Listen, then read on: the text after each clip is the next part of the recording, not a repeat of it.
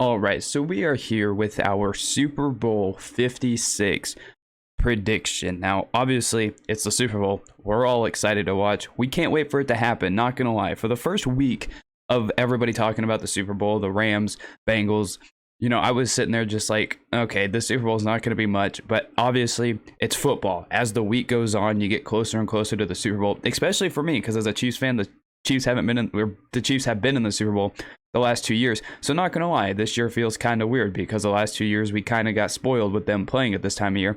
So it didn't take me forever to get over the loss to the Bengals, but it did take me a minute to realize, oh hey, the Bengals, because it didn't hit me till yesterday that the Bengals are in the Super Bowl, which is just absolutely insane. Something we probably never thought we would say at the beginning of this season. Now, obviously, there's a million different storylines going into this game. I'm going to talk about a few of them that I find interesting.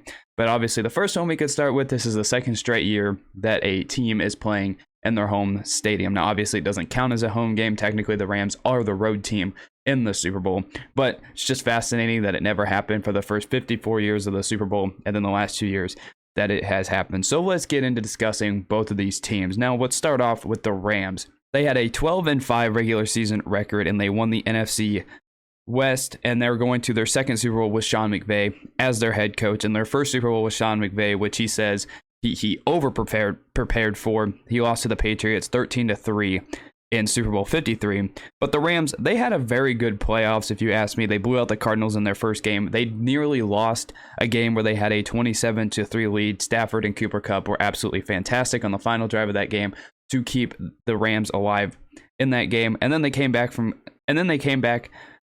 down 10 against the 49ers in the fourth quarter. Now that was a great comeback for them, minus Sean McVay and his very silly challenges and his time management and his timeout situation. If I'm anybody on the Rams team, I am hiding his challenge flag from him for the entire Super Bowl because he had two really, really dumb challenges in the NFC Championship game. Now, if we're talking about some of the players, they have Aaron Donald, who might be the best defensive player in the NFL. He might even be the best player in the NFL, and the Rams, they want to win this game for him. You have Matthew Stafford, who the Rams gave up an arm and a leg for. Stafford never winning a playoff game to winning 3 straight and is now in the Super Bowl. But the Rams, like I said, they traded away an arm and a leg. They traded away Jared Goff and 2 first-round picks to the Lions for Matthew Stafford. So they gave up a lot for him, and obviously Lions fans are probably rooting for Matthew Stafford in this game. They also traded for Von Miller, a second and third round pick, and they signed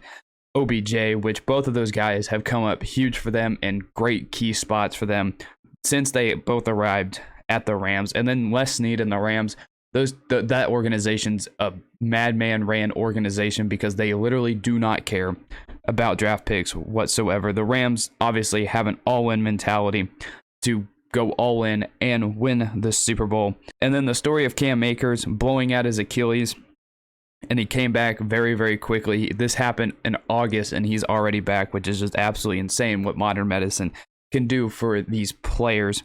And then you also have Jalen Ramsey on that defense, a top corner in the NFL. And then you have the best wide receiver in the NFL this year, Cooper Kupp, the Triple Crown winner. And on top of that, you have Tyler Higbee, who is hurt, but he is also a very good tight end, a guy that I don't think gets talked about enough. But you have Kendall Blanton, who stepped up huge in the NFC Championship game when Tyler Higbee went down. And now moving to the Bengals side of the ball, they had a 10-7 regular season record, won the AFC North.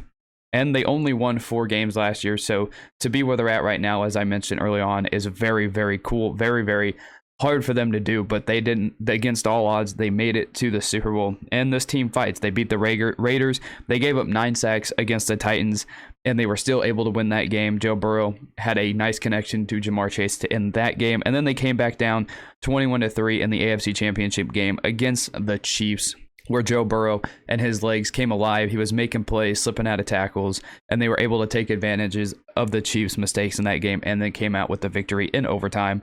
And to be honest, no one thought the Bengals would be here. They took Jamar Chase instead of an offensive lineman in the draft, and a lot of people thought that was a mistake, and it wouldn't work out. Not only did it work out for them, they were able to make it to the Super Bowl. Jamar Chase in his first year easily is one of the top 10 wide receivers in the NFL, and his quarterback, Joe Burrow, is just absolutely built different. Tore his ACL last year. Like, we all knew Joe Burrow was going to be great.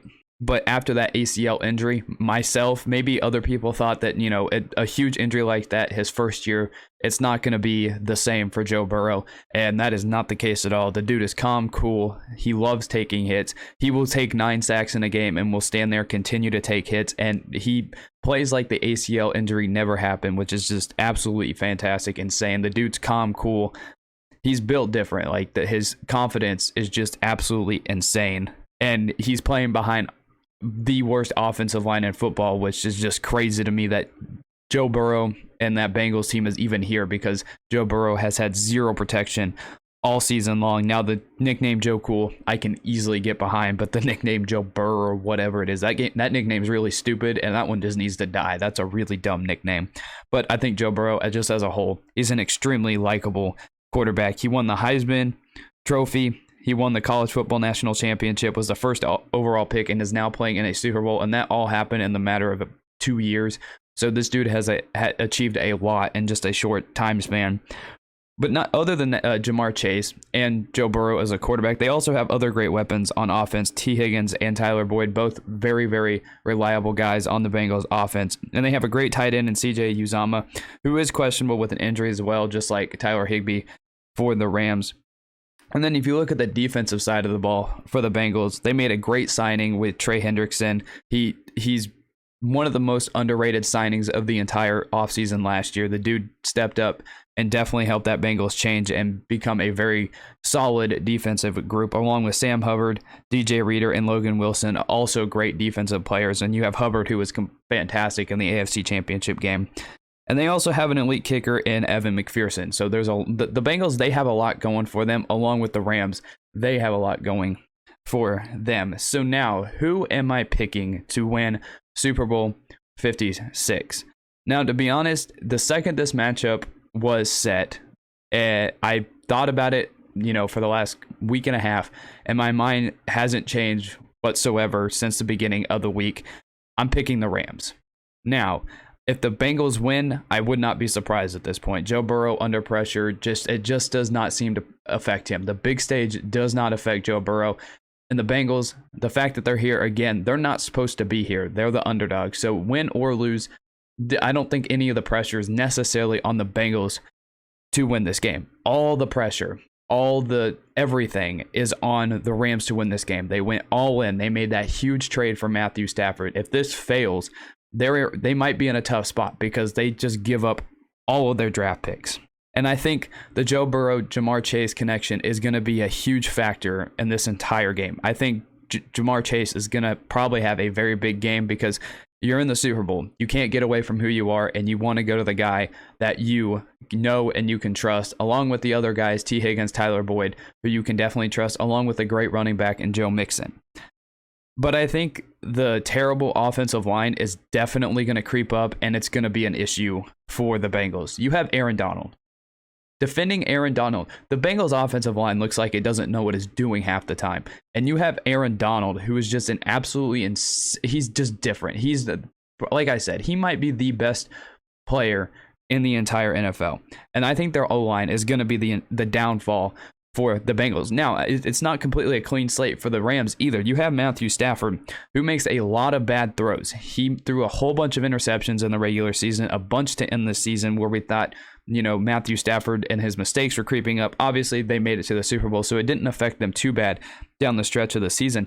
But he's not going to get lucky like he did in the NFC Championship game with dropped interceptions. So be on the lookout, because Matthew Stafford, he can definitely make a really bad play from time to time. So the Rams aren't completely innocent from bad football, but they have to continue to get Cooper Kupp the ball, let OBJ make a couple of plays, and Matthew Stafford, he needs to continue to be himself, but he has got to limit those mistakes.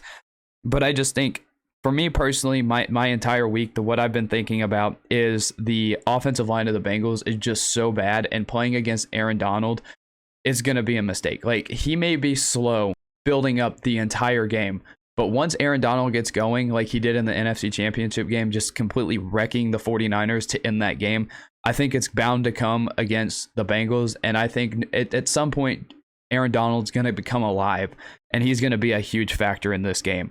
And yes, the Rams have a fantastic offense, great head coach, but I think Aaron Donald is the biggest factor in this entire game, because when you're playing a really bad offensive line and you have a top defensive player on the other side, you are in for a very long day. You can only hold up Aaron Donald for so long. But again, I would not be surprised. If the Bengals win this game, I would not be surprised. They've been an underdog all year long, and then somehow they're here. That's just amazing that they're here.